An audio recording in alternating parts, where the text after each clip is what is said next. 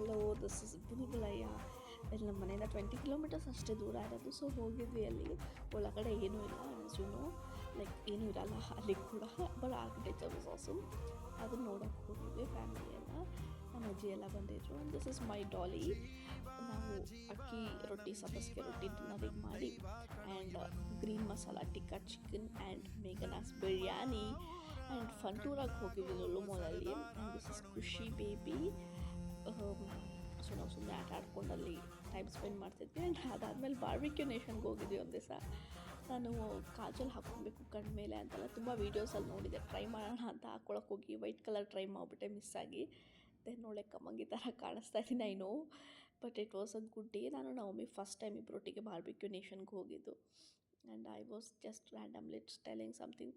And ನಾನು actually ನೇಪಾಳ್ಗೆ ಹೋಗಿದ್ದೆ ಬೈ ಕಾರ್, ಬಿಕಾಸ್ ಇಲ್ಲಿಂದ ತುಂಬ near by. And it was like drastical change. Like ತುಂಬ ಜನದಿಂದ ಸಡನ್ಲಿ ಕಮ್ಮಿ ಜನ, ತುಂಬ ಬಿಲ್ಡಿಂಗ್ಸ್ ಇದ್ದಾಗ ಕಮ್ಮಿ ಬಿಲ್ಡಿಂಗ್ ಆ ಥರ.